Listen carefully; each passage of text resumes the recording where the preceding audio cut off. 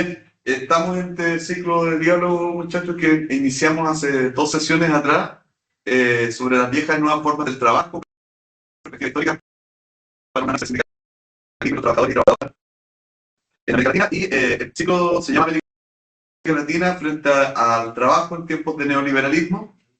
En esta ocasión, Omar Cabero, profesor de la Pontificia Universidad Católica del Perú, de Lima, ha tenido la gentileza de compartirnos parte de su trabajo doctoral que hizo en Flaxo, en Buenos Aires, con este libro que después evidentemente va a presentar y profundizar: terciarización laboral y dinámica del poder entre capital y trabajo en la minería peruana contemporánea, y analizando un caso, la unidad minera Uchucchacua, perdón por la pronunciación, en Ollón, Lima, de una compañía de minas, Buenaventura Sociedad Anónima, entre 2008 y 2024. Entonces, el centro que está, en el centro está el tema de la minería, que en Chile también conocemos bastante su desarrollo y conflictos que trae, ¿no?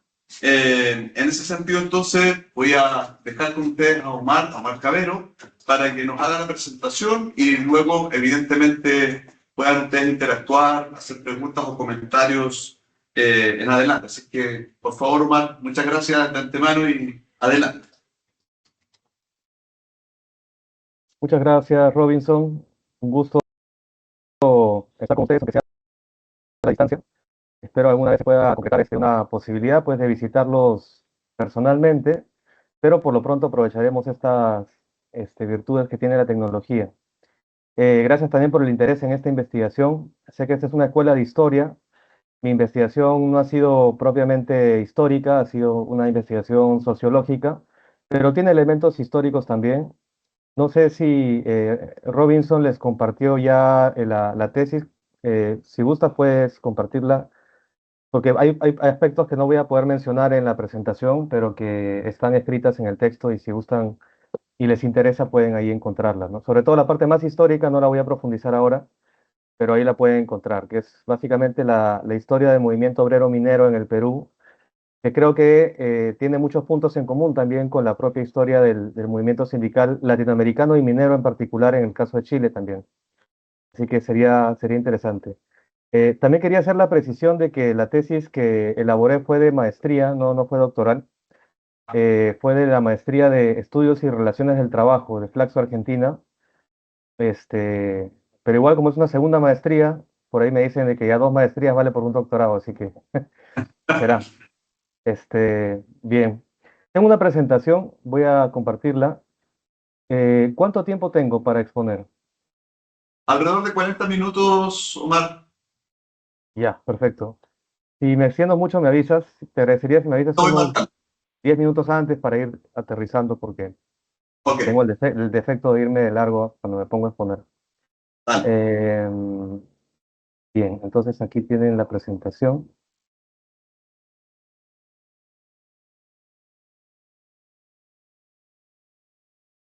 Ya, se ve bien, ¿no? Sí, se ve perfecto. Muy bien. Bueno, como ya se mencionó, el título de la tesis fue el que ustedes ven en pantalla: tercerización laboral y dinámica de poder entre capital y trabajo en la minería peruana, a partir de un caso, que es la unidad minera Uchucchacua de la compañía Buenaventura. Eh, a modo de, digamos, construcción problemática, una primera cuestión, digamos, que la propia evidencia empírica, ¿no? La información empírica da para construir este problema, es que se identifica una gran extensión de la tercerización laboral en la minería peruana actualmente. Más o menos 7 de cada 10 trabajadores mineros trabajan en empresas contratistas que dan servicios a una empresa principal. Por si no todos estamos familiarizados con esta modalidad, aquí rápidamente les puedo compartir un esquema como para entenderlo.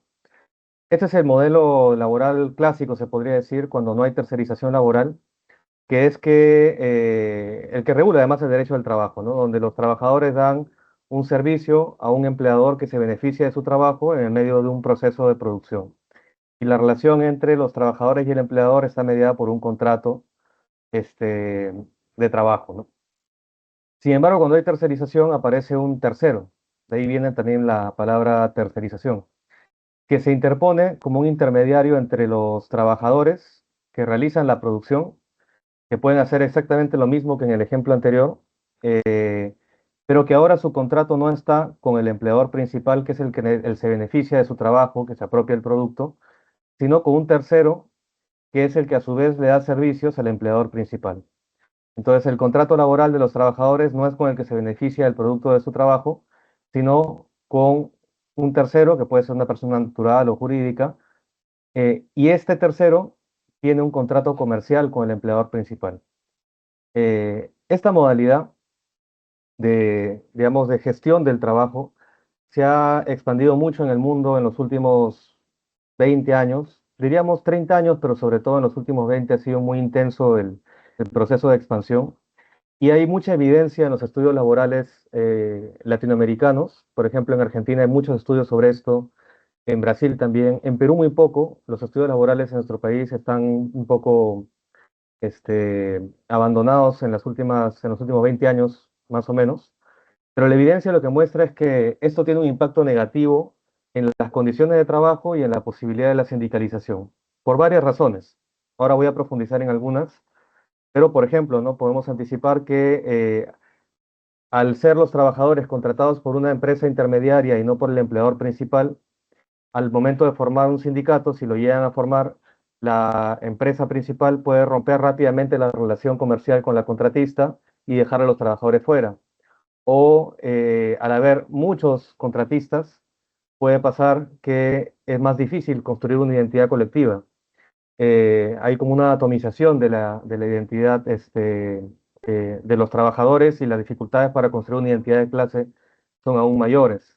O puede suceder también que los trabajadores de las empresas contratistas tengan contratos temporales, es decir, a plazo fijo, contratos de un mes, de 2 meses que se renuevan de manera permanente y que son permanentemente también como una amenaza al trabajador, que si se, eh, digamos que cuestiona las condiciones de trabajo, se queja, intenta organizarse, es mucho más fácil sacarlo del proceso de producción que un trabajador estable que está protegido por la ley.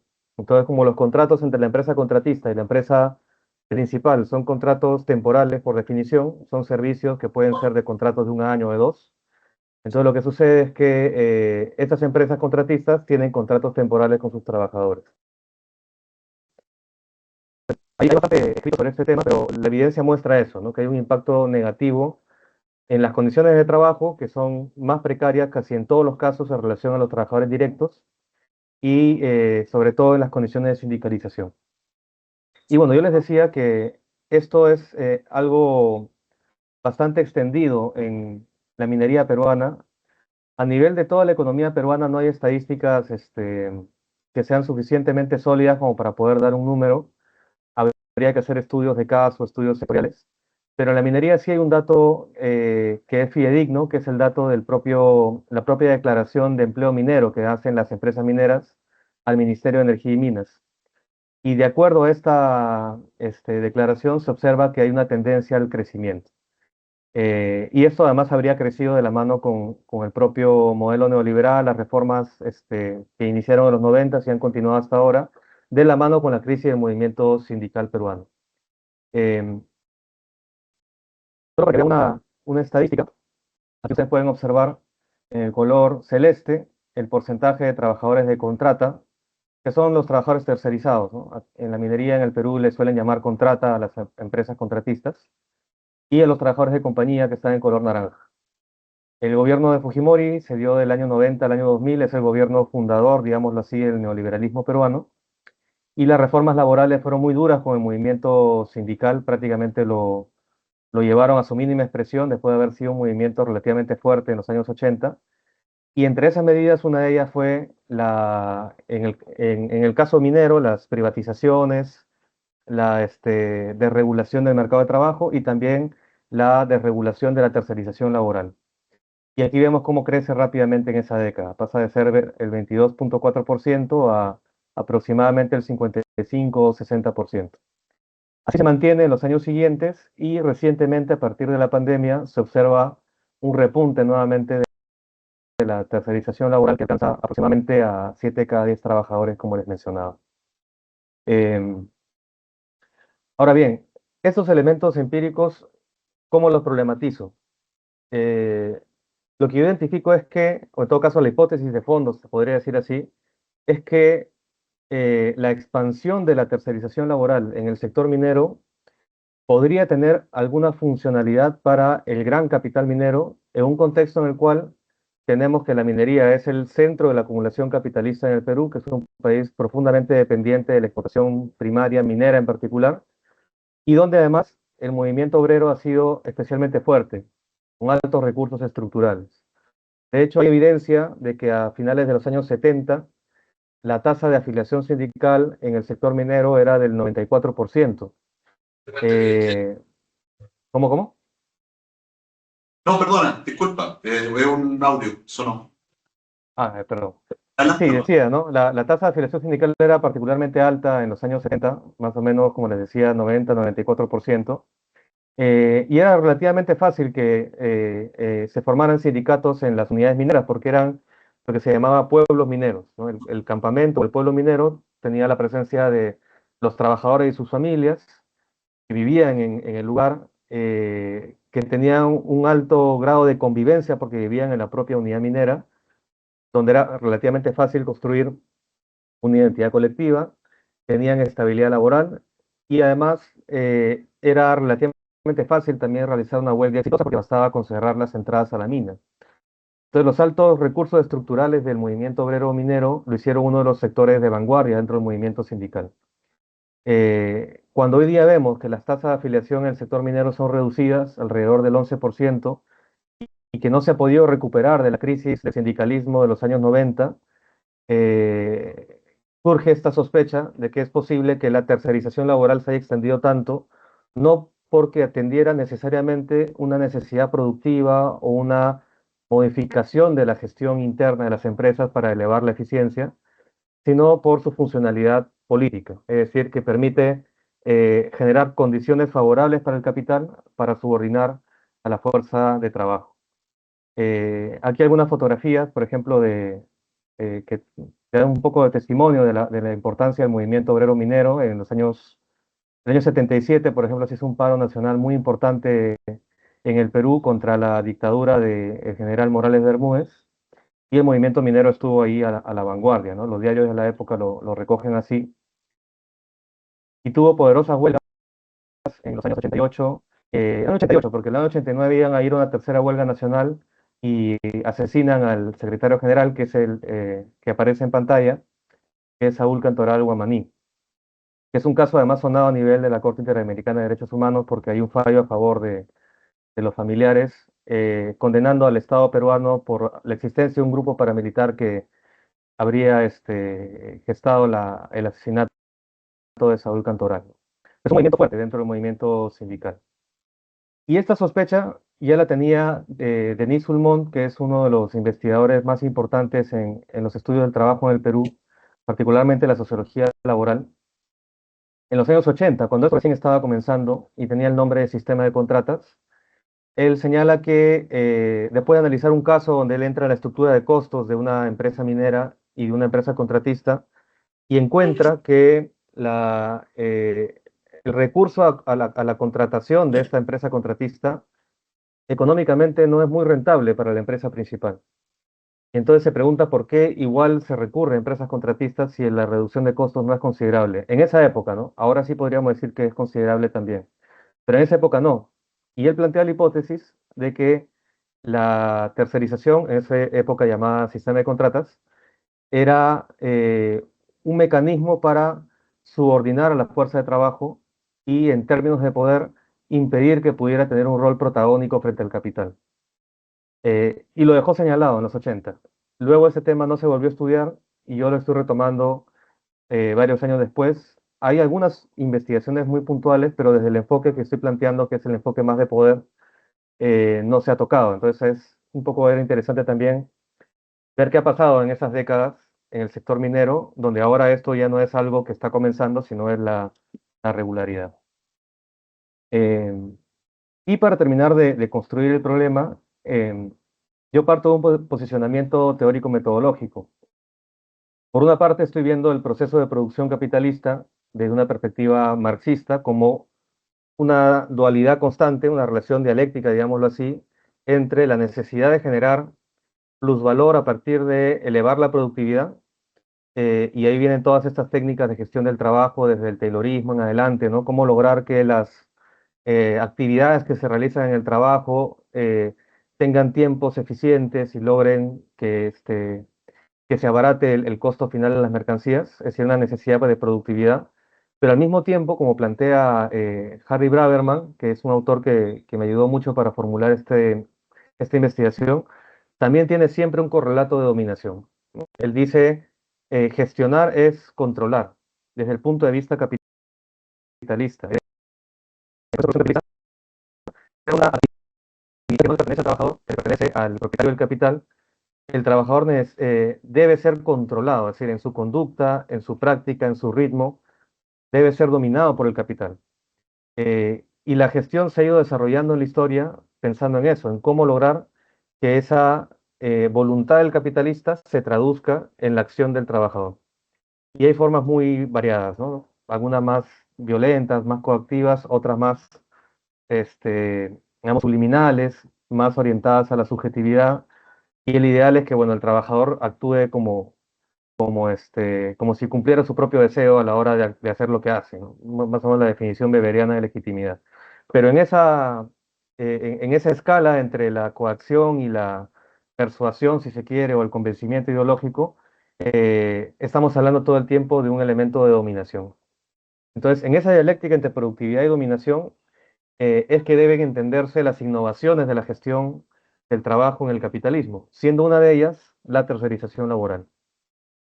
Y por otra parte, otro recorte teórico-metodológico en el cual me apoyo es que las innovaciones organizativas capitalistas, por ejemplo, el Taylorismo, el Fordismo, el Toyotismo, ¿no? Este paradigma que desplaza el modelo de Ford, eh, no pueden pensarse como una linealidad que opera de la misma forma en todas las latitudes y en todas las ubicaciones del sistema capitalista. En la periferia, estas innovaciones capitalistas tienen sus particularidades. Eh, entonces, es posible, y hay mucha evidencia de esto, de que en una misma estructura productiva tengamos formas de producción y de trabajo con paradigmas que puedan parecer antiguos. No sé, por ejemplo, en el Perú son comunes los talleres textiles con prácticas abiertamente tayloristas, es decir, de fines del siglo XIX, inicio del siglo XX, y al mismo tiempo tengamos empresas que incorporan elementos avanzados de la escuela de las relaciones humanas, por ejemplo, ¿no? Preocupadas por el clima laboral y qué piensan los trabajadores, momentos de integración o qué sé yo. Entonces, la forma en que esas innovaciones son incorporadas en la periferia es fundamental para entender el carácter que tiene. No puede decidirse a priori cuál es el sentido de una innovación simplemente por ver lo que sucede en los países centrales o por leer las teorías que supuestamente fundamentan tales innovaciones. Ahora, ¿por qué digo esto? Porque la tercerización laboral se incorpora en América Latina de maneras particulares y la apuesta, digamos, teórico-metodológica que tengo en esta investigación es que para poder dilucidar sobre cuál es el carácter que tiene la tercerización laboral, en esta doble coordenada entre productividad y dominación, tenemos que ver casos específicos, tenemos que ver lógicas de acumulación y tenemos que ver las dinámicas de poder.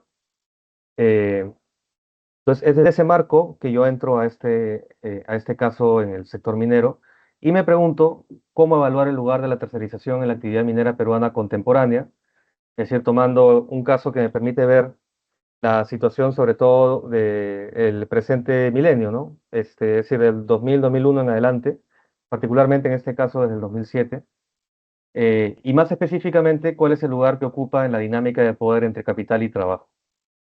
Em, en términos conceptuales, hay tres conceptos fuertes que sustentan esta investigación.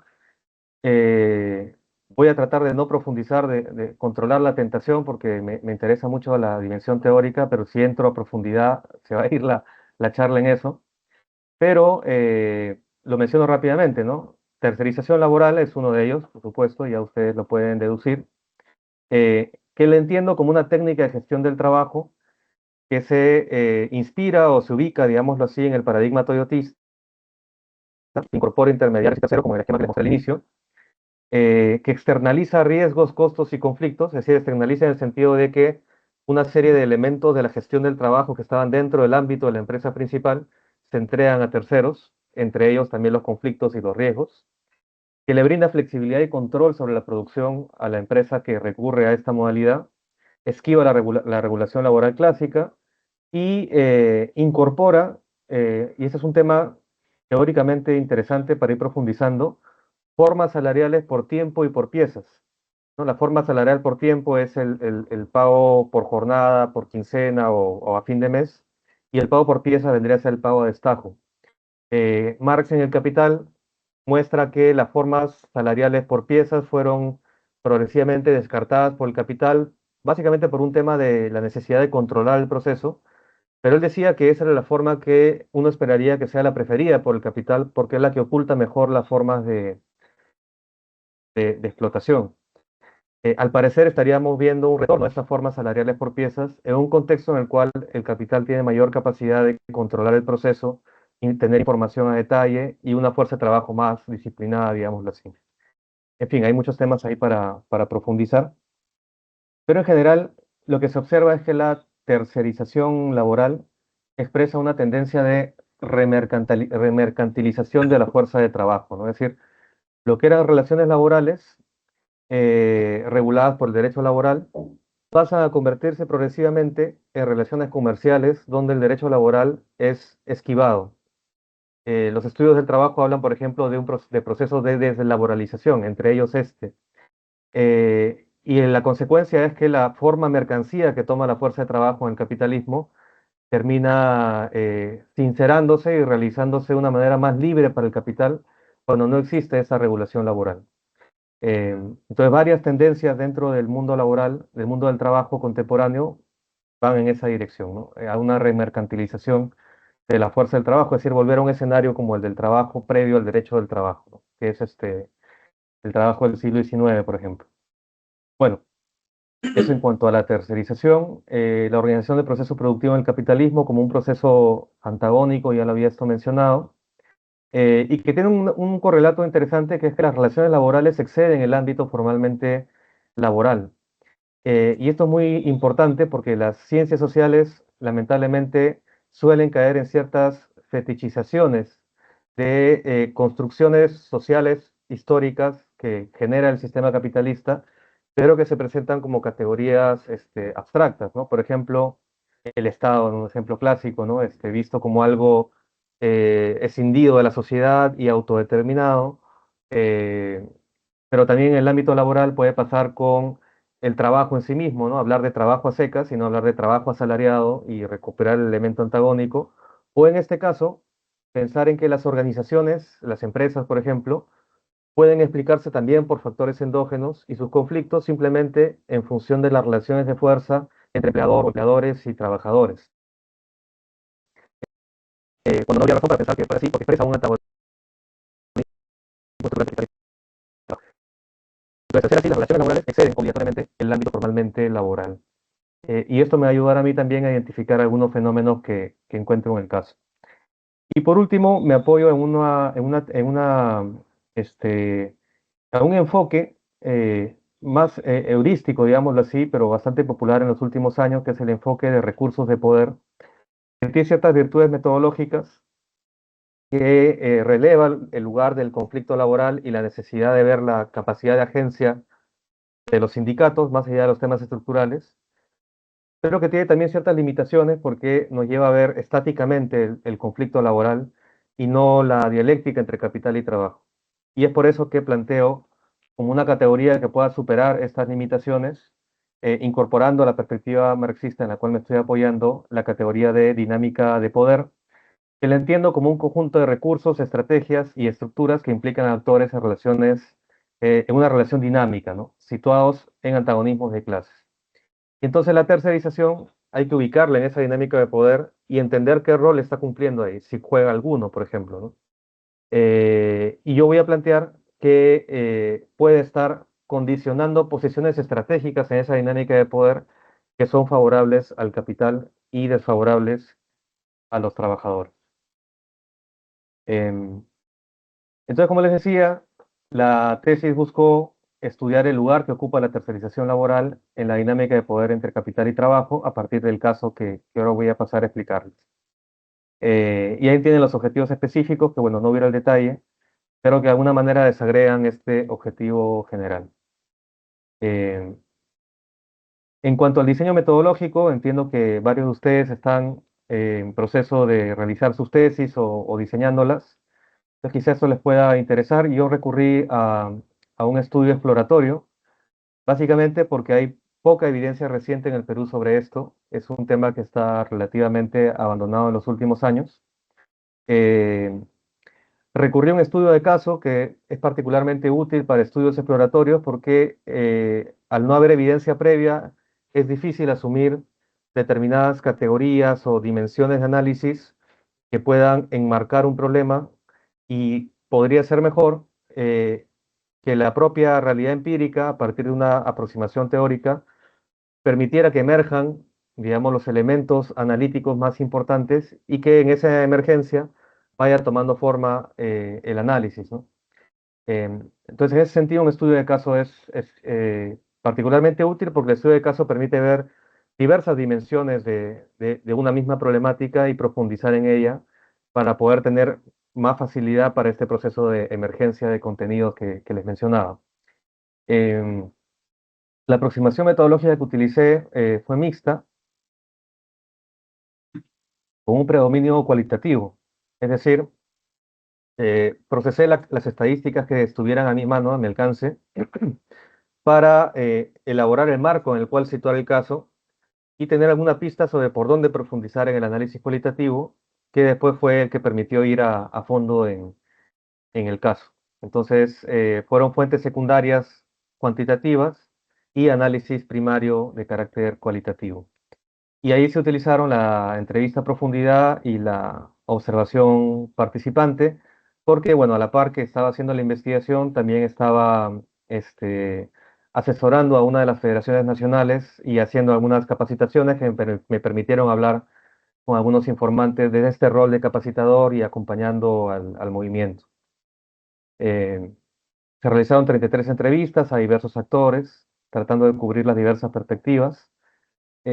No quiero entrar al detalle aquí, pero quizá sea importante mencionar que el actor más importante no, aunque sí es importante, pero quizás el que fue más difícil entrevistar fue al actor empresarial. Ya imaginarán ustedes que esto es complejo, sobre todo cuando hacemos investigaciones laborales, porque no hay mucho interés de los empresarios para hablar de la realidad laboral, mucho menos desde, digamos, desde una aproximación desde la sociología, ¿no? Este, Sin embargo, logré hablar con un empresario contratista que forma parte de un gremio nacional de empresarios contratistas y fue muy ilustradora su perspectiva porque de alguna manera me permitió ver de qué manera los contratistas, y él podía hacerlo, ¿no?, con cierta capacidad de representatividad a la hora de expresarse por ser parte de un gremio nacional, estaban viendo la realidad de la tercerización y la cuestión laboral.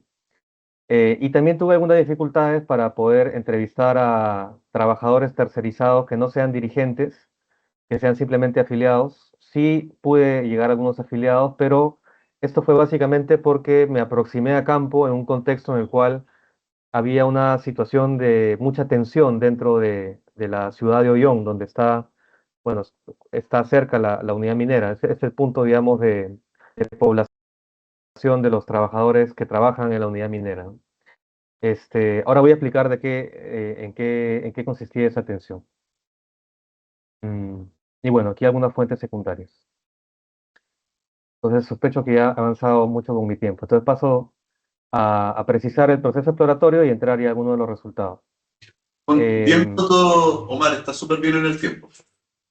Como dices, ¿me quedan 10 minutos? ¿O Sí, voy? súper. Ya. Bueno. Entonces sigo nomás. Muy bien. Entonces le decía, a nivel metodológico, esta es la forma en que planteé la ruta analítica del proceso exploratorio, lo cual hizo que la tesis, debo confesarlo, tenga como una propensión a crecer sin límite. Es decir, había la posibilidad de que saliera una tesis enorme.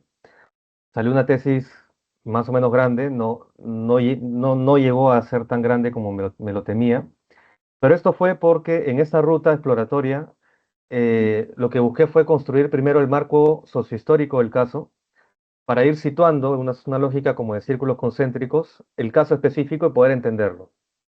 Entonces, por ejemplo, en este marco sociohistórico hubo algunos capítulos que se dedicaron a el lugar de la minería en la dinámica de acumulación de capital en el Perú, dentro de esa actividad minera, el movimiento obrero minero y su trayectoria histórica, lo cual obligó a hacer una pequeña historia del movimiento obrero, que no está escrita, es decir, está escrita hasta el año 80 y de ahí en adelante no hay intentos de sistematización histórica, con las limitaciones. Yo no soy historiador, pero igual había la necesidad de hacer una suerte de sistematización que sirviera para fines de la tesis. Y luego un panorama general de la tercerización laboral en la minería peruana, como yendo, digamos, de lo macro a lo micro. Y en ese marco, situar el caso y entenderlo a profundidad. Y de ese proceso de, digamos, exploración desde lo macro a lo micro, ir encontrando con estas preguntas de investigación algunos elementos emergentes que pudieran dar forma a los resultados de la investigación. Y entonces, la guía para encontrar esos elementos emergentes fue preguntarnos por los recursos y las estrategias de los actores y en ese análisis ir encontrando esa dinámica de poder que nos interesa y dentro de ella el lugar que la tercerización podría cumplir. Entonces, de esta manera se organizaron también los capítulos de la investigación. Eh, bueno, voy al caso rápidamente, sé que me queda poco tiempo. Uchucchacua es una unidad minera productora de plata, es una mina de socavón o subterránea, está a 4.500 metros sobre el nivel del mar en la provincia de Ollón, que es una provincia del departamento de Lima. Aquí en el mapa ustedes pueden verlo. Como saben, Lima está en la costa central del Perú, ¿no? Aquí se ve la parte más costera, donde está la capital, pero el departamento de Lima tiene una importante área andina. Una de esas provincias andinas, en la zona norte del departamento, es la provincia de Ollón, y dentro de Ollón, el distrito de Ollón, se encuentra muy cerca de la unidad minera Uchucchacua, como ustedes pueden ver aquí en el mapa, que está casi en la frontera con el departamento este, de Junín, perdón, de Pasco, con el departamento de Pasco.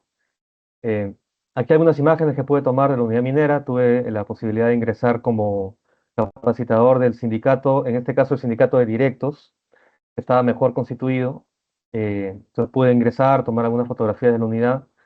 Es más o menos el paisaje clásico de una unidad minera en los Andes peruanos, zona de mucha altura, de mucho frío. eh, una unidad además alejada de la población. Ya el esquema de campamentos mineros se ha dejado atrás con las reformas neoliberales de los años 90 y las que han seguido en adelante. Entonces, los trabajadores de la ciudad de Ollón tienen que desplazarse a la unidad minera, trabajan unos días y luego regresan nuevamente a sus hogares. Es el esquema que se conoce en el Perú como jornada típica, que es la más común es la 14/7, que es 14 días continuos de trabajo y 7 días de descanso. Esto que ven ustedes eran antes viviendas, era un lugar donde vivía la gente, no había también las familias, pero esto ya hace unos 20 años se fue perdiendo. Em, la ciudad de Ollón es una ciudad intermedia, podríamos decir, entre lo urbano y lo rural. Tiene elementos urbanos, comercio, la labor minera, algunos servicios, pero fuertes componentes materiales y culturales de carácter rural. Hay presencia de comunidades campesinas. La comunidad campesina de Ollón es un actor muy importante en este caso. Ahora voy a explicar por qué. Eh, pero no solamente está esta comunidad, hay varias otras más. Y hay una fuerte presencia de elementos culturales indígenas andinos. El quechua no se habla tanto como en otras regiones del país, pero está presente también. Y si bien no está tan presente en la lengua, están presentes las prácticas andinas, y entre ellas la propia existencia de la comunidad campesina.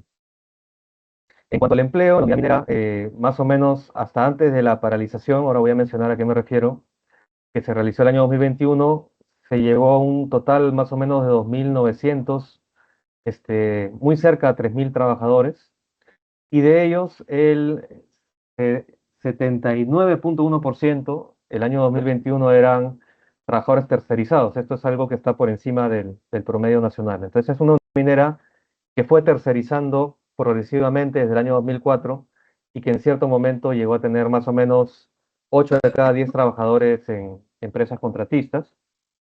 Eh, Ahora voy a mencionar lo de la suspensión, pero quería antes hablarles rápidamente de este actor, que es el Sindicato de Trabajadores Tercerizados, eh, que es un caso atípico dentro de la tercerización en el Perú.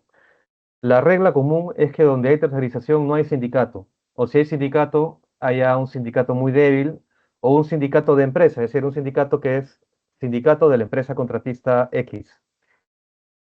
En este caso, se logró conformar un sindicato de trabajadores, como dice el nombre, de las empresas especializadas que dan servicios a Buenaventura en la Unidad Chuquichacua.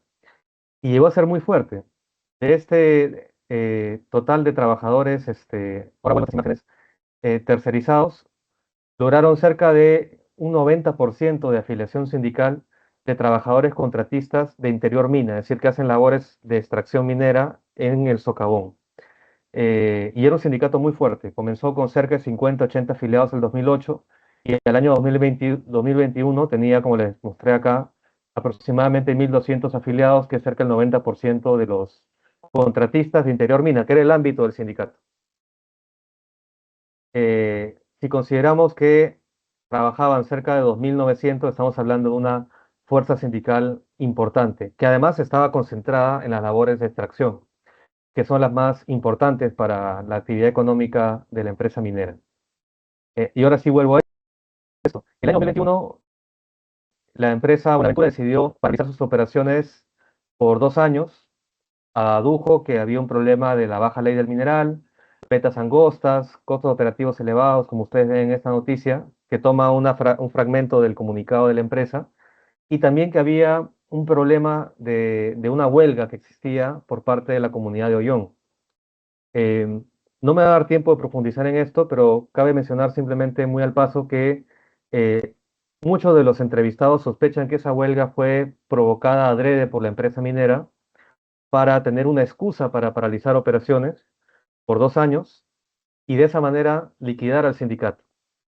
Eh, y de hecho, cuando uno ve el resultado de la paralización entre el año 2021 y 2023, encuentra que para el año 2024, que fue cuando hice yo el trabajo de campo, ese poderoso sindicato de 1.200 trabajadores afiliados estaba apenas subsistiendo con entre 50 y 60 afiliados. Y digo apenas subsistiendo porque la ley en el Perú, para un sindicato de gran actividad como este, obliga que se pase la barrera de 50 trabajadores. Entonces, si bajan de eso, tendrían riesgo de desaparecer. Es difícil afirmar con certeza si la empresa tenía ese objetivo o no. No he podido hablar con funcionarios de la empresa, pero los resultados dan cuenta que efectivamente se debilitó drásticamente al actor sindical. Eh, y bueno, sobre Buenaventura, cabe decir que no es cualquier empresa, es una de las empresas mineras más poderosas en el Perú. No es de las más grandes como empresa minera, hay empresas internacionales más grandes, pero a nivel interno representa uno de los grupos económicos más poderosos del país, que es el grupo de la familia Benavides, dirigida por la persona que ven en pantalla en el medio, que es Roque Benavides Ganosa, que los propios medios empresariales resaltan como uno de los principales, ¿no? Junto a los otros dos que están en pantalla, un medio de negocio lo ponía como una suerte de tridente ofensivo en un equipo de fútbol empresarial, ¿no? En fin, una analogía de ese tipo. Eh, entonces, estamos hablando que del otro lado de este sindicato había un fuerte poder empresarial. Eh, y no solamente un fuerte poder empresarial, sino uno con mucha influencia política, porque la familia Benavides, históricamente, desde que se forman como grupo económico desde los años 60, 70, ha tenido una fuerte influencia en la actividad política del Perú y lo tiene hasta el día de hoy. Bueno, voy a los hallazgos y conclusiones, que básicamente esas dimensiones emergentes sobre recursos y el lugar de la tercerización en la dinámica de poder entre capital y trabajo. Yo busqué evaluar el lugar de la tercerización en la dinámica de acumulación de capital en el sector minero peruano. Intenté explicar su veloz generalización en las últimas 3 décadas y particularmente dilucidar sobre qué lugar podría estar ocupando la tercerización en esta dinámica de poder. Voy brevemente a los hallazgos, con cargo a poder profundizarlo ya después de que ustedes comencemos a conversar, no me hagan las preguntas, comentarios, quizá hay oportunidad ahí de profundizar. Lo primero que encuentro es que los tercerizados identificaron desde el inicio al empleador real como Buenaventura. Eh, y una forma de identificarlo como un empleador real, que es una de las cuestiones que la tercerización trata de evitar, es decir, subjetivamente tiende a hacer que el trabajador no encuentre como su empleador al que realmente se beneficia de su trabajo, sino al que firma su contrato. En este caso, una forma de lograrlo fue, para los trabajadores que promovían el sindicato, fue conformar un sindicato de rama de actividad. Es decir, un sindicato que tenía como ámbito de actividad la unidad minera y a todos los trabajadores de empresas contratistas en esa unidad. Entonces, los empresarios contratistas podían cambiar, los tercerizados podían pasar de una empresa a otra, pero ellos tenían claro, la propia identidad sindical permitía que fuera así, que el empleador real que estaba detrás de estos contratistas era la empresa Buenaventura. Y eso ayudó en alto grado para que el sindicato comenzara a conformarse. También se identifica en la investigación que las empresas contratistas están altamente subordinadas a la empresa principal. Y este es uno de los aspectos más interesantes que no esperaba encontrar y terminé encontrando en la investigación, que es que hay algo así como una estructura organizativa de facto, donde los contratistas cumplen el rol como de mandos medios inestables, es decir, como si fueran gerentes a los cuales se les encarga ciertas metas y si no las cumplen pueden quedar fuera y ser desplazados por otros gerentes más eficientes. Ciertamente no son gerentes, son empresas contratistas, pero la mayoría de empresas contratistas que identifiqué eran pequeñas o medianas, tenían una poca diversidad de clientes, dependían mucho de los contratos que pudieran ganar con la empresa Buenaventura, y la empresa Buenaventura les daba con mucho detalle todo lo que tenían que hacer, inclusive su propia estructura de costos. Los precios unitarios, como les llaman en el sector minero. Eh, y en contextos de relación muy inestable y dependiente. Es decir, hay cláusulas en esos contratos, de acuerdo a lo que declaran los propios empresarios contratistas, a través del contratista que entrevisté, que son desfavorables para el contratista, pero deben aceptarlas porque el mercado de servicios de contratas tiene que convencer a los principales contratantes, que son los empresarios mineros. Y estas cláusulas dicen que, por ejemplo, el contrato puede romperse en cualquier momento si lo decide la empresa minera que está contratando a la empresa contratista. Entonces, ¿qué es lo que termina sucediendo? Que esos empresarios contratistas que debieran asumir todo el ámbito que se les está entregando, por ejemplo, alguna actividad de exploración o de extracción, terminan sometidos a una relación altamente dependiente, con un elevado grado de control, muy inestable, y en los hechos formando parte de una estructura de facto organizativa, que es desfavorable para ellos, pero que tiene muchas ventajas para la empresa principal, en la medida en que puede trasladar el costo y el riesgo de las fluctuaciones de mercado o lograr tasas altas de productividad. En la dinámica de producción, por ejemplo, esta situación genera incentivos altos para la precarización, porque como hay mucha competencia de empresarios contratistas para ganar los contratos con la empresa minera, entonces tienden a bajarse los costos, o en todo caso el precio de ese servicio, y los contratos con la empresa contratista son, digamos, relativamente cómodos para el empresario minero. Entonces, si el empresario contratista quiere obtener un margen de ganancia, tiene incentivos para trasladar ese peso a los trabajadores, pagándoles menos, exigiéndoles metas de producción más altas y finalmente precarizándolos, ¿no? Por ejemplo, ahorrando en seguridad y salud en el trabajo, etcétera, que es algo que los propios trabajadores tercerizados identificaban. Ahora, ¿qué hizo el sindicato para tratar de neutralizar algunas de las estrategias, o en todo caso, de los elementos que van de la mano con la estrategia de la tercerización contra la afiliación sindical? Uno de ellos fue, por ejemplo, contra la atomización que puede generar el hecho de que haya muchas empresas contratistas, fue optar por el sindicato de rama de actividad, que ya les había mencionado. Eh, Contra la inestabilidad laboral, aquí entra un actor muy interesante que yo les había también adelantado, que es la comunidad campesina, porque muchos de los trabajadores tercerizados son también comuneros. Y la comunidad campesina, como es un poder de facto en el territorio, que además es la propietaria de las tierras donde está la empresa minera, hay una relación de servidumbre, es un nombre jurídico, donde, que parecía un alquiler, donde la empresa minera tiene un contrato con la comunidad para poder hacer uso de un terreno donde están los yacimientos. Entonces la comunidad tiene capacidad de negociación. Y en este caso yo lo que identifiqué es que al ser la mayoría de trabajadores tercerizados, también comuneros de la comunidad campesina de Ollón, ellos lograron, a partir de la comunidad, tener un acuerdo con la empresa minera para que el 60% de todos los trabajadores de la unidad sean siempre comuneros. Y entonces, para honrar ese acuerdo, la empresa minera se veía de alguna manera presionada a mantener a los trabajadores tercerizados, que eran comuneros, a pesar de que cambiaran las empresas contratistas.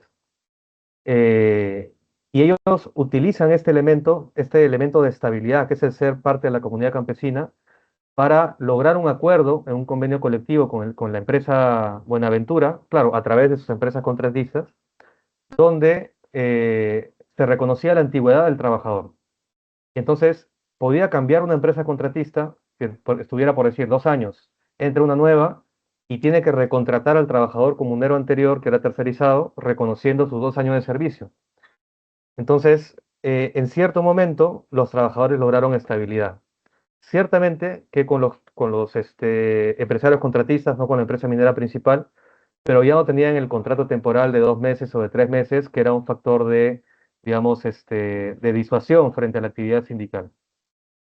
Entonces, es bien interesante cómo es que los propios trabajadores tercerizados fueron encontrando estrategias para tratar de sortear las dificultades, apoyándose también en la organización de la comunidad campesina.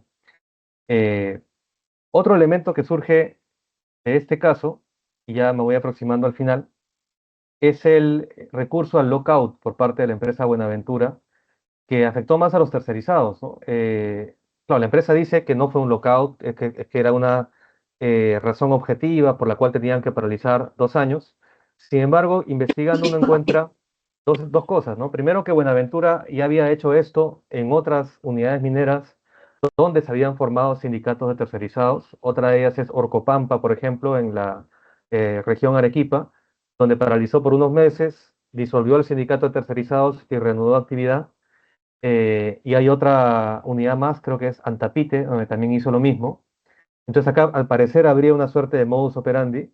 Y por otra parte, porque el propio Ministerio de Trabajo no le dio la autorización para que haga la paralización de actividades, le negó el permiso para hacer el cese colectivo producto de la paralización. Y además que cuando ya paralizan, digamos, completamente las actividades, la huelga de la comunidad de Ollón ya había terminado. Entonces, al parecer fue como una ocasión para justificar una medida, digamos, de lockout que tuvo como efecto debilitar drásticamente al sindicato de tercerizados, básicamente por ser tercerizados, porque lo que hizo la empresa fue retirar en masa a todas las empresas contratistas, dejando apenas a una o a dos. Entonces, el sindicato de directos, porque también hay un sindicato de directos, fue golpeado, pero no de la misma manera que el de tercerizados, que quedó prácticamente disuelto. Eh, entonces, ¿cuál es el escenario que queda después de la paralización de la unidad? Es, bueno, un sindicato desarticulado, las condiciones laborales se precarizan, regresan a la situación previa a la existencia del sindicato, que los propios dirigentes y afiliados se enorgullecían de haber superado, ahora se está volviendo a la misma situación. La empresa aprovecha el poder económico y la fuerte dependencia que tiene la comunidad y la población con la empresa minera, porque al paralizar la unidad quedan sin trabajo los tercerizados, pero también la propia comunidad campesina que le daba servicios, por ejemplo, de transporte o tenía algunas empresas comunales, también queda completamente paralizada.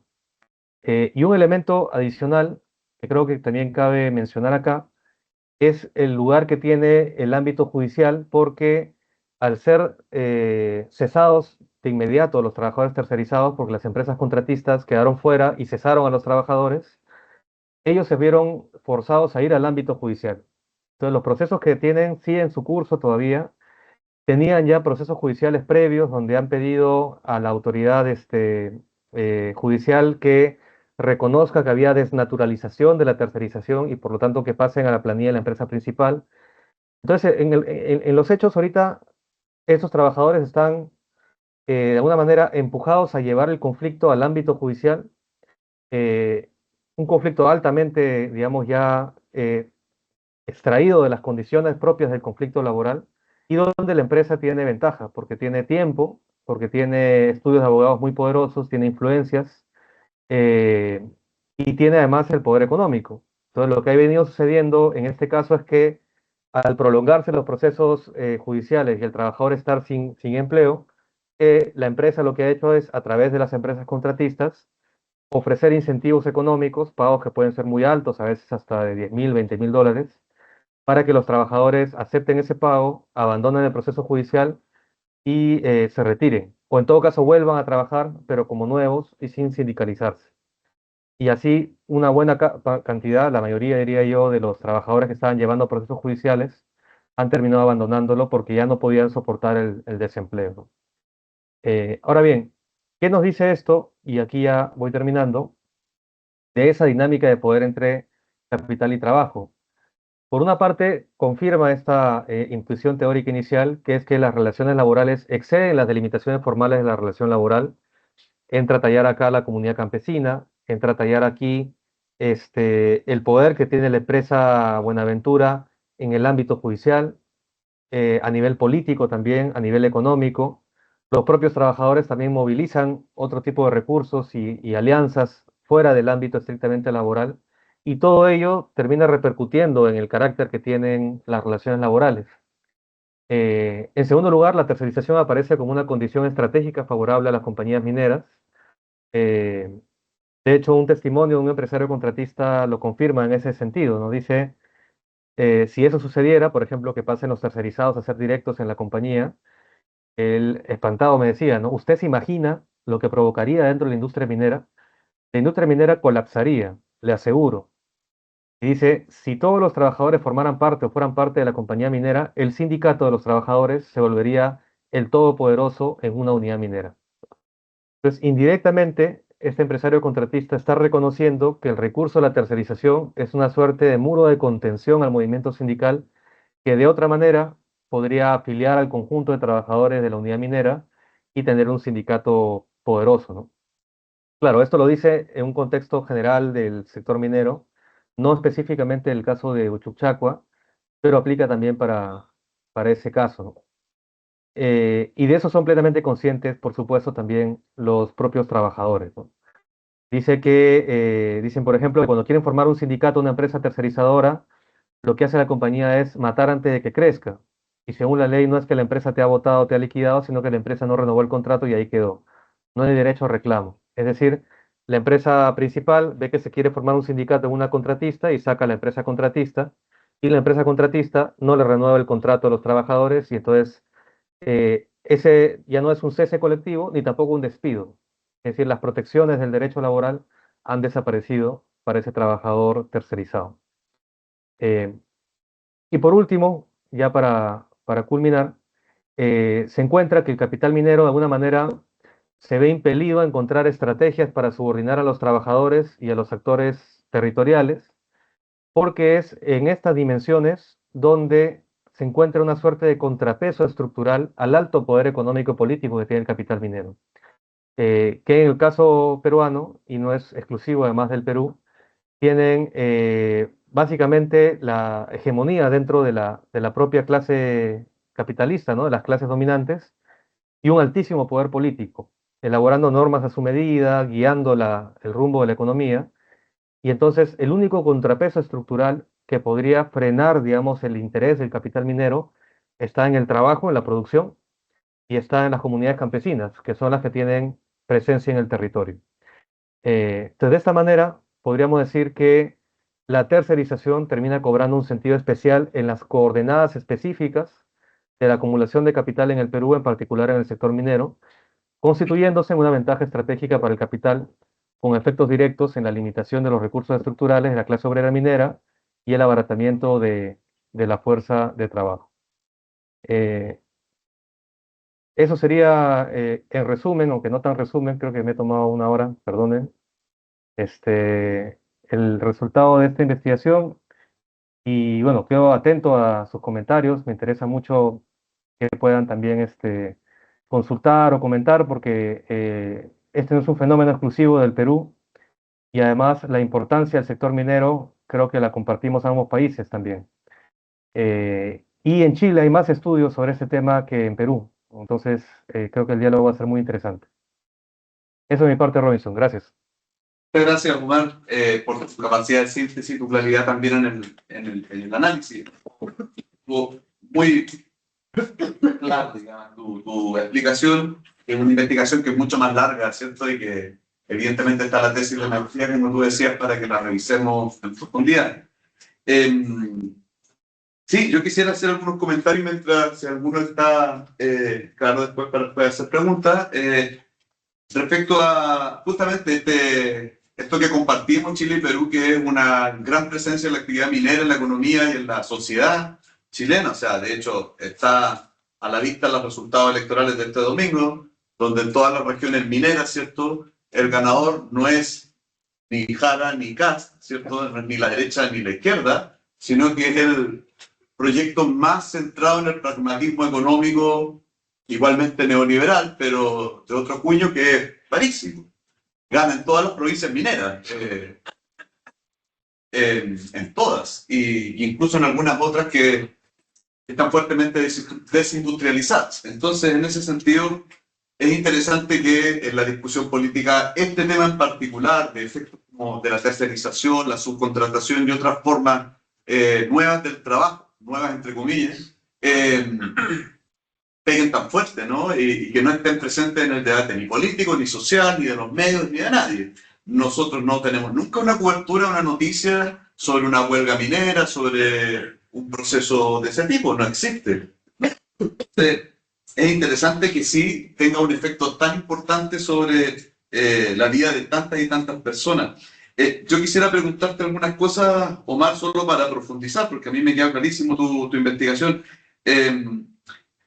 Cuando se produce en los 70, 80 esta gran movilización sindical, ¿cierto?, minera, y después quisiera saber si en el debate político peruano se argumenta el grado de importancia que había adquirido ese movimiento sindical para hacer las reformas neoliberales, digamos. Es parte de esa discusión que se da en el Perú, la necesidad de neutralizar al sindicalismo en las élites políticas y empresariales, digo, porque en la última cita que tú presentas está claro que el contratista por lo menos lo tiene así asumido. Claro. Pero en el gran debate, ¿existe esa idea de una estrategia a seguir, el eliminar, ¿cierto?, al sindicalismo tan poderoso de los 70 y 80? Eh, Indirectamente, pero no porque no se mencionara, sino porque el énfasis fue otro. Por ejemplo, cuando volvemos a inicio de los 90, la justificación de por qué Alberto Fujimori, por ejemplo, implementó las medidas neoliberales, dicho sea de paso, a pesar de que ganó prometiendo que no lo iba a hacer, ni bien ganó la presidencia, a los meses hizo todo lo que dijo que no haría.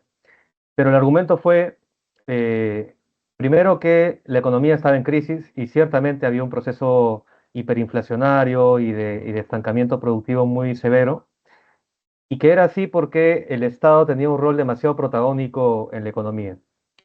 Y entonces, sí o sí, así fuera costoso, había que reducirlo a la fuerza y había que hacer un ajuste que partía por un shock, que sabemos que el shock significa pues un aumento súbito de los precios para desarticular la demanda interna, ¿no? Destruyendo el nivel de vida de los más pobres sobre todo. Y de otro lado, que había que combatir al movimiento terrorista o a los movimientos terroristas en un contexto de conflicto armado interno. Entonces, lo que hizo Fujimori fue juntar estas dos dimensiones, es decir, la necesidad de reformas económicas junto con una concentración del poder y una alta represión bajo la idea de que la única manera de salir del desorden, la incertidumbre, el temor, la crisis en un sentido amplio, tanto económica como de seguridad, era de esa manera. ¿Qué lugar tenía ahí el actor sindical en esa narrativa?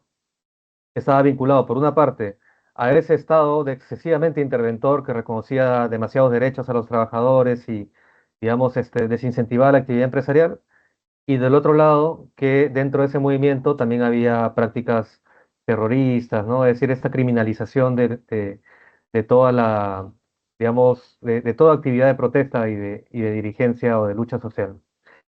Por ese lado fue. No tengo registro de que hubiera un discurso específico sobre el sector minero, pero sí me queda claro que a finales del gobierno de Alan García, que fue el previo a Alberto Fujimori, las huelgas del año 88 fueron de un impacto muy alto y llevaron a que de alguna manera el sector empresarial le exigiera al gobierno que tomara medidas contra el sindicalismo minero, con mayor énfasis inclusive que las medidas que también requerían para protegerse de las acciones de los grupos subversivos. Hay una encuesta que la Comisión de la Verdad y Reconciliación encuentra y la pone en su informe a los empresarios, donde ellos dicen, en sus prioridades es más importante frenar al movimiento sindical que vencer a los grupos terroristas. Entonces, por ahí podríamos decir que hay una motivación empresarial por instalar el neoliberalismo, destruyendo al movimiento sindical y a las condiciones para que éste pueda nuevamente reflotar, ¿no? Ujú. Súper. Muchas gracias. ¿Tú tenías una pregunta? Sí, profesor, buenas tardes. Usted ha afirmado que al principio tuvo la tercerización una razón estratégica en el sentido de cortar los movimientos sindicales, pero posteriormente se hace rentable, o sea, encuentran la rentabilidad en esta innovación de los procesos de gestión. Ujú. Lo que me da a pensar es lo siguiente: si la empresa minera, en este caso, delega las funciones, también le delega el desarrollo de las fuerzas productivas, de cierto modo.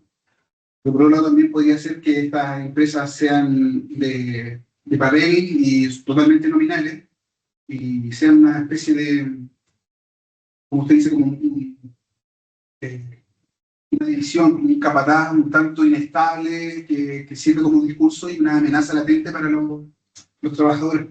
En ese sentido, no se han hecho al delegar estas funciones para poder justificar este discurso que genera esa presión. ¿Ha existido o usted nota un detrimento en las fuerzas productivas de las empresas, o sea, de las empresas mineras? Porque de ser así, uno intuiría también que si no están ofreciendo buena calidad de servicio, dado que son capaces de invertir todo este esfuerzo para poder mitigar los movimientos sindicales, han descuidado otras funciones y se la han descuidado y siguen en las concesiones. Quiere decir que han hecho mano de otras influencias políticas para financiar ahí. Ujú. Interesante tu pregunta.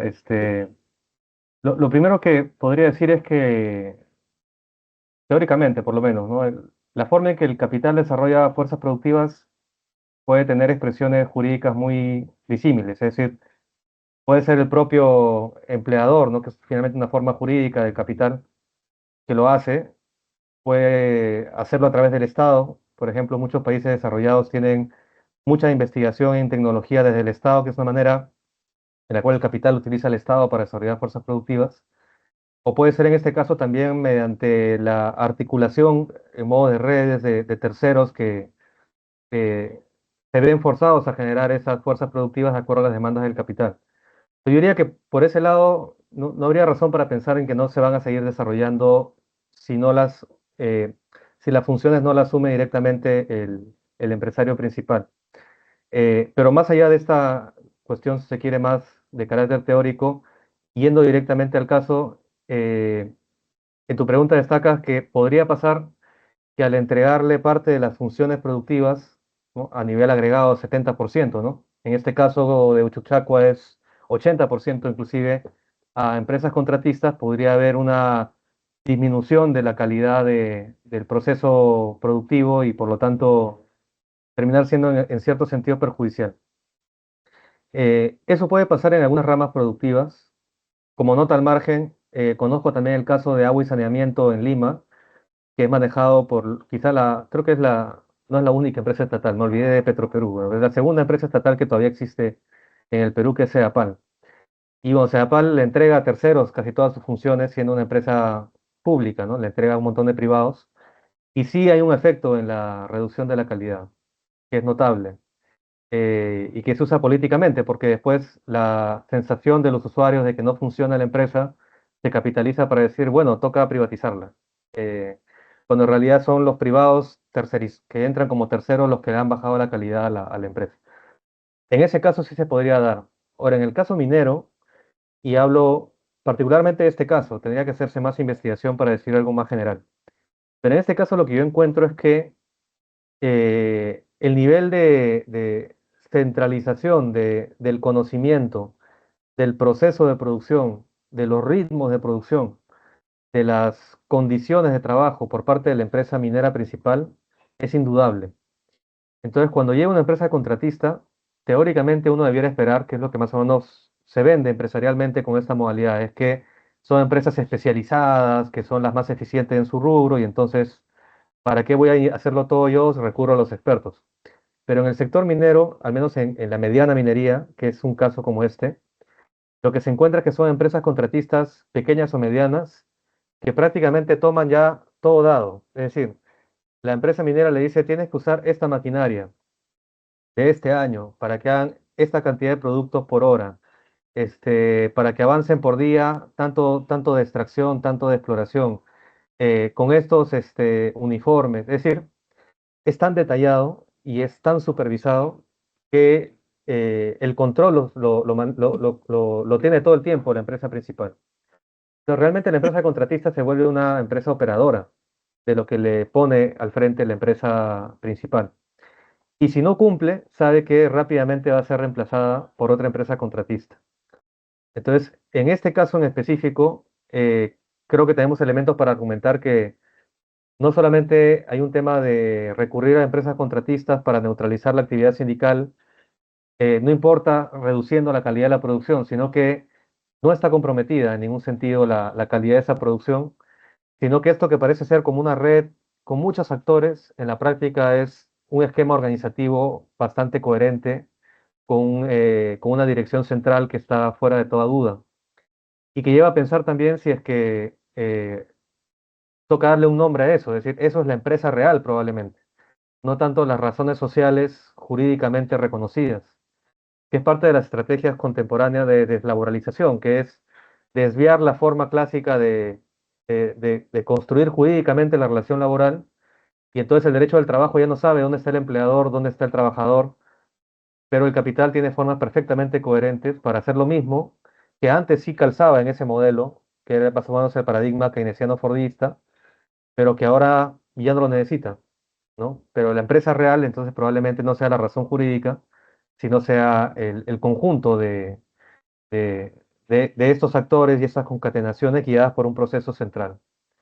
En fin, da para investigarlo mucho, ¿no? Pero por ahí podría adelantarte una respuesta. ¿Sí? Sí, por favor, sí.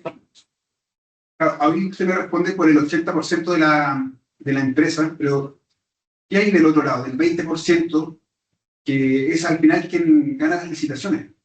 Entonces, ¿cómo se plantean o se paran al frente de la administración central y dicen, bueno, yo tengo este 20% y voy a tener una concesión entera y el resto lo voy a marchar con empresas contratistas? Entonces, si bien las empresas que operan el 80% sí tienen que dar el ancho en términos de estándares, ¿con qué negocia la empresa que adjudica la licitación?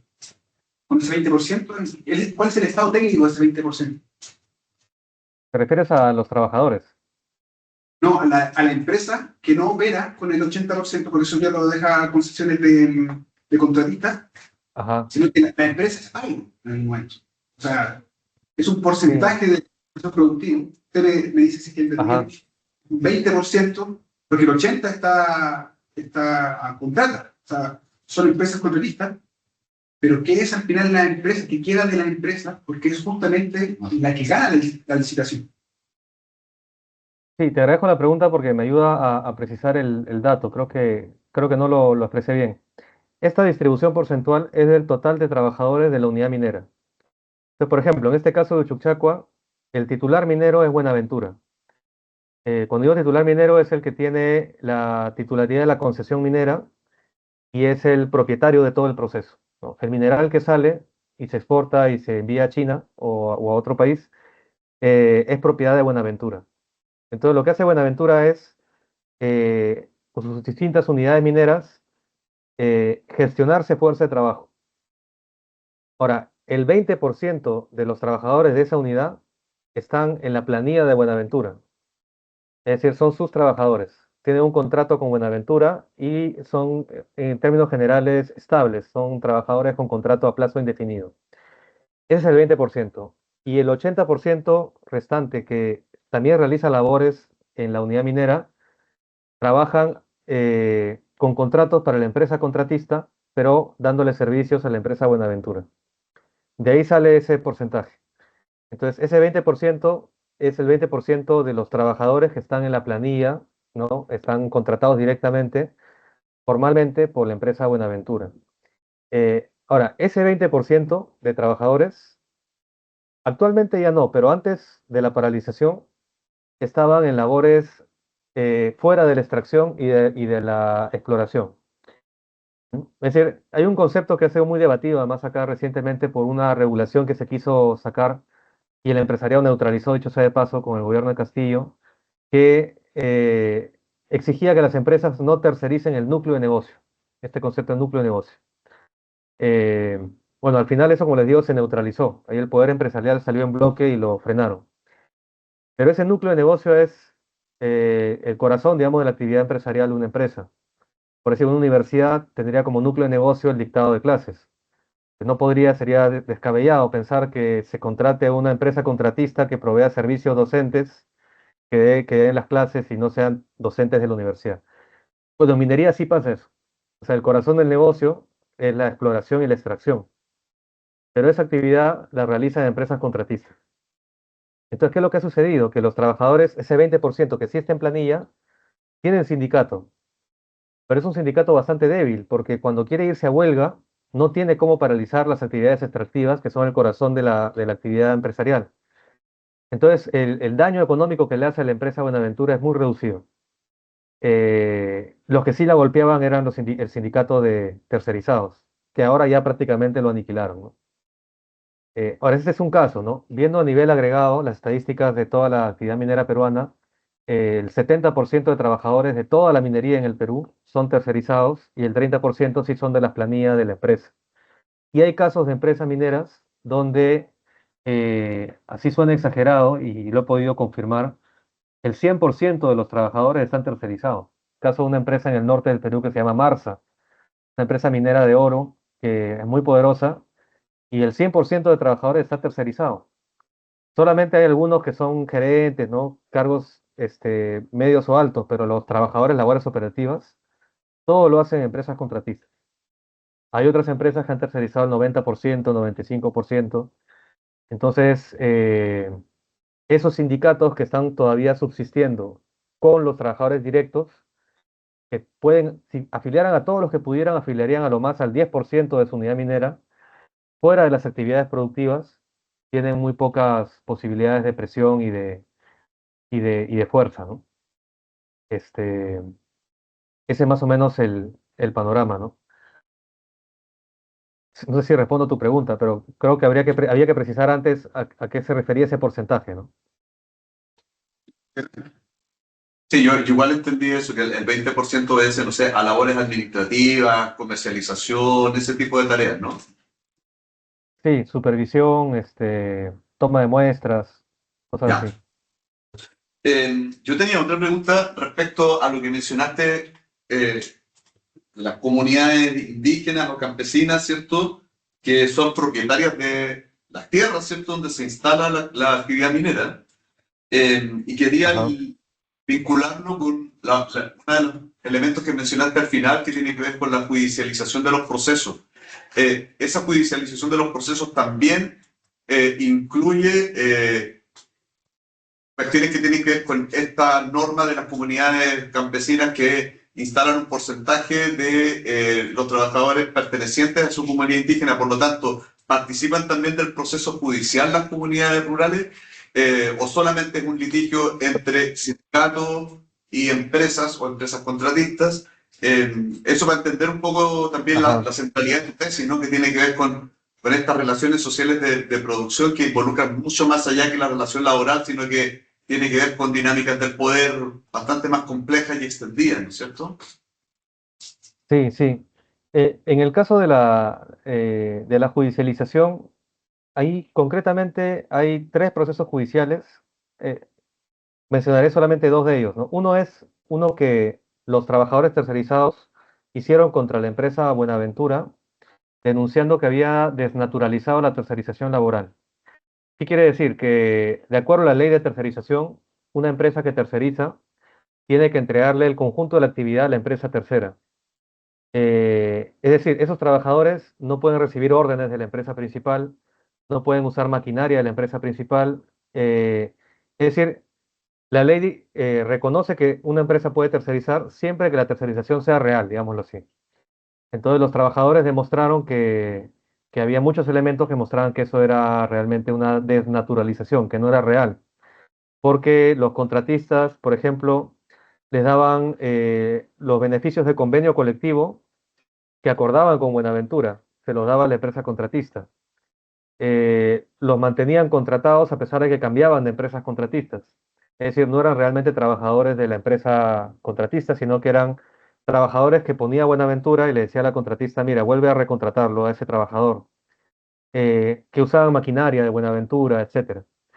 Entonces, de acuerdo a la ley, si esos procesos judiciales eran favorables a los trabajadores, esos trabajadores tenían que pasar a la planilla de la empresa principal y la empresa principal, Buenaventura, reconocerles todo lo que no percibieron por estar tercerizados. Es decir, beneficios de reparto de utilidades, este, de gratificaciones, en fin, ¿no? Entonces, ahí la empresa, digamos, minera tenía un problema porque habían elementos de sobra para que judicialmente los trabajadores pudieran ganar. Y ese proceso la empresa lo fue dilatando y dilatando. Mientras esto avanzaba, después vino la paralización de la unidad y ahí los trabajadores fueron cesados. Pero hay que recordar esto, que eran trabajadores que trabajaban con contratos para las empresas contratistas, eran tercerizados. Entonces sus juicios han sido para ser repuestos no en Buenaventura, sino en esas empresas contratistas. Y también ese era otro proceso judicial que se sumaba al anterior. Y por el carácter de los procesos, ahí la comunidad campesina no tenía mucho que hacer porque era un tema estrictamente laboral, ¿no? Era desnaturalización de la tercerización y reposición por cese colectivo fraudulento o ilegal. Entonces, eso, digamos, corría por su lado. Pero ¿dónde sí entra a tallar la comunidad? Y se vincula indirectamente con los procesos judiciales. Entra a tallar en lo siguiente. Este convenio entre la comunidad y la empresa del 60% de trabajadores es como un convenio colectivo de trabajo, es un acuerdo de partes, que ellos denunciaban que la empresa lo violó, no estaba cumpliéndolo. Entonces se fueron a huelga los comuneros. Pero la mayoría de comuneros, o en todo caso, la mayoría de trabajadores tercerizados también era comunero. Y por lo tanto, para seguir la directiva de su comunidad, estaban, digamos, tenían el deber de participar en esa paralización. Que es un tema problemático porque el sindicato de directos es sobre todo de trabajadores foráneos, no son ellos comuneros, son trabajadores de otras regiones. Y estos trabajadores del sindicato de directos decían, bueno, ¿por qué estos tercerizados se han sumado a esa huelga? Que por la culpa de la huelga es que la empresa ha paralizado 2 años. Entonces ahí hay una suerte de contradicción también entre estructuras organizadas que se traslapaban, el sindicato de tercerizados y la comunidad campesina. De alguna manera eso provoca, o en todo caso es la excusa para poder paralizar la unidad, Eh, y entonces, en el proceso en el que la empresa, que inicia la empresa para tratar de lograr que los trabajadores abandonen los procesos judiciales, utiliza también a la comunidad. Le dice a los comuneros que le diga a los trabajadores en juicio que si abandonan sus juicios van a regresar a trabajar, pero siempre que dejen el sindicato y siempre que abandonen su estabilidad laboral. Entonces, la comunidad de alguna manera también ha sido, en cierto momento, un instrumento de la empresa para dividir a los trabajadores. Entonces, te das cuenta, hay como varios actores ahí con los cuales la comunidad juega, buscando que haya enemistad, buscando división y articulando. Y todo eso tiene consecuencias laborales. Es decir, en otras palabras, el devenir de las relaciones laborales en esa unidad no puede entenderse sin la participación de la comunidad campesina y sin las reglas de juego laborales y las instancias judiciales que terminan trasladando el conflicto a lo judicial, dejando sin armas a los trabajadores, porque sus armas son básicamente el número y la capacidad de paralizar. En los juicios se ven los abogados, ¿no? Y corre el tiempo a favor de la empresa y en contra del trabajador. Clarísimo. Bueno, si no hay más comentarios y preguntas, te agradecemos muchísimo la claridad de tus explicaciones, Omar, y ojalá poder tenerte acá en Valdivia en el futuro cercano. Yo encantado, Robinson. Un gusto compartir con Vale, ustedes. Hasta la próxima. hasta la próxima. Nos vemos, cuídense. Chao, chao.